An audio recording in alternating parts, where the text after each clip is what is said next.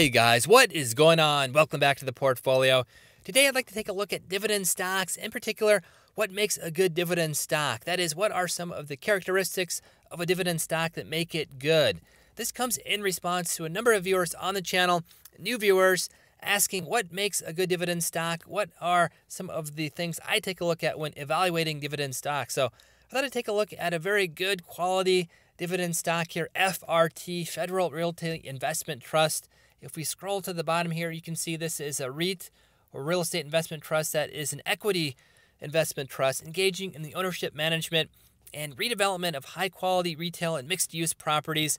Essentially, this company has a portfolio of properties in population-dense areas that have higher than average income. So the portfolio of properties is very, very high quality, and this has kind of been exemplified through the fact that this is a dividend king. So over the last 50 years, this company has not only given dividend payments, it's also increased the dividend payments every year. So if you think about that, that means this company is a very high quality company.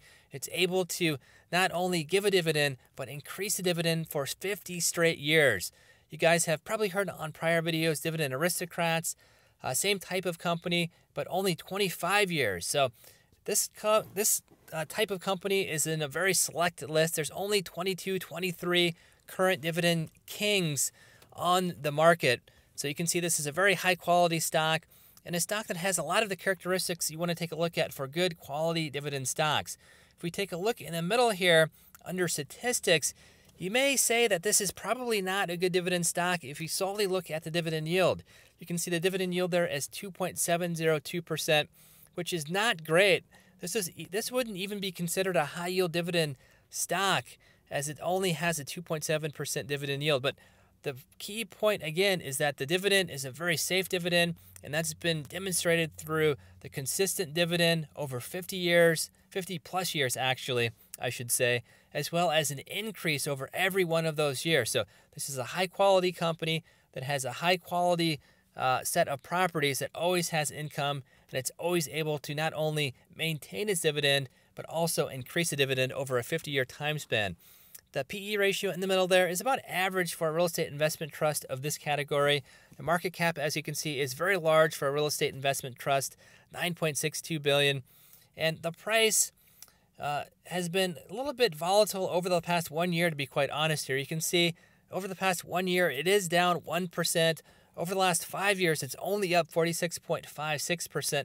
When the overall market, excluding real estate investment trusts, looking at just the general S&P 500, is up about 90 to 100%. So this is definitely lagging behind that. At one point, you can see here, it was up very nicely here, 80%, before really coming back here over the last few months or so. I unfortunately bought in about right here, $159 or so. So I've lost a little bit of money on this particular trade. You can see that in the middle here. I'm down 4.51%, 25.03.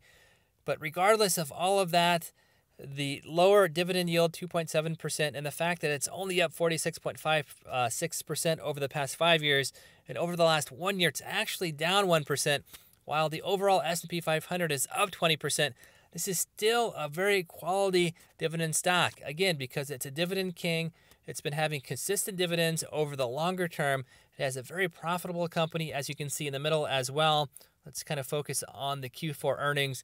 And you can see here it's consistently been beating its expected earnings per share and actual earnings per share around $1.50 or so, which is pretty good for a real estate investment trust.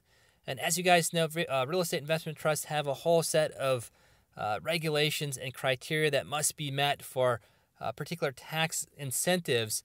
So most of their profits are given back in the form of dividends to the investor. But nevertheless, this is a very profitable company. It's got a very safe and high-quality dividend yield, and a dividend yield that's been growing over 50 years. So even though the price of the stock is down, the dividend yield is not great. This is a very good stock for a buy and hold investor over the longer term.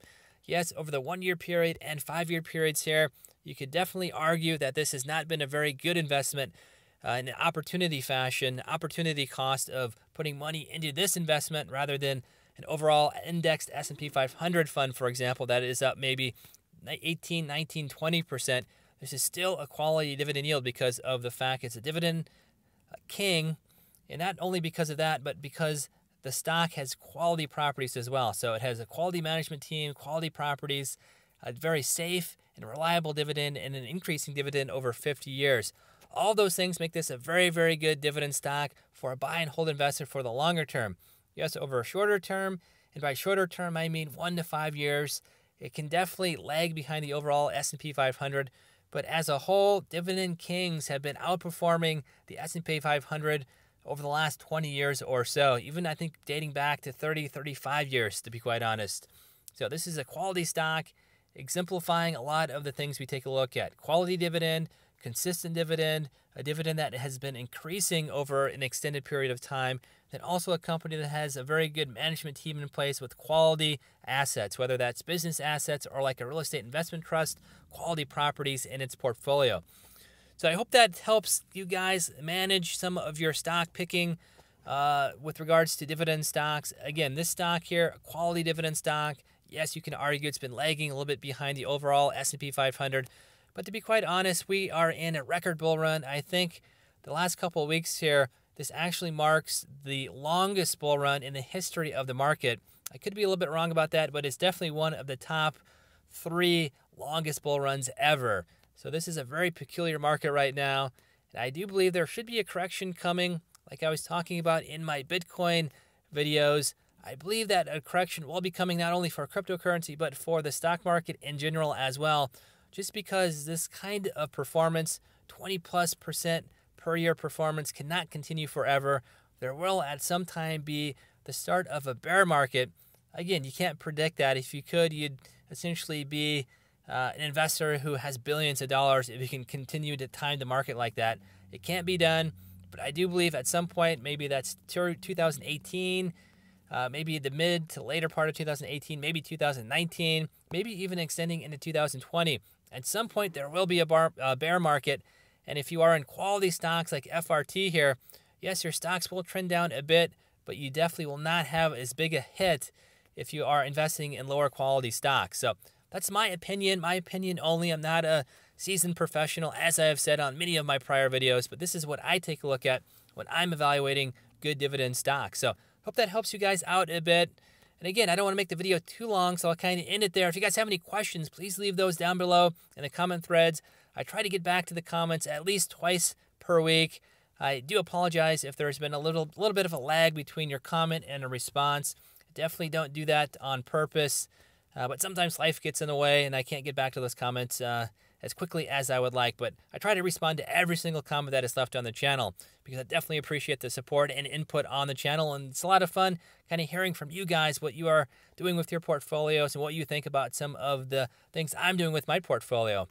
So yeah, kind of with that, I'll end the video. As always, if you guys enjoy my videos, feel free to like, share, and subscribe. Again, if you guys have any great dividend picks, any good ideas for the portfolio, what you guys have been doing in your portfolios, or what you've been doing that's been working out very well, please let me know. Always looking for new dividend stocks, new stocks in general, growth stocks, dividend capture stocks, day and swing trading stocks, and any new ideas about how to trade the market. Always looking for something new to do.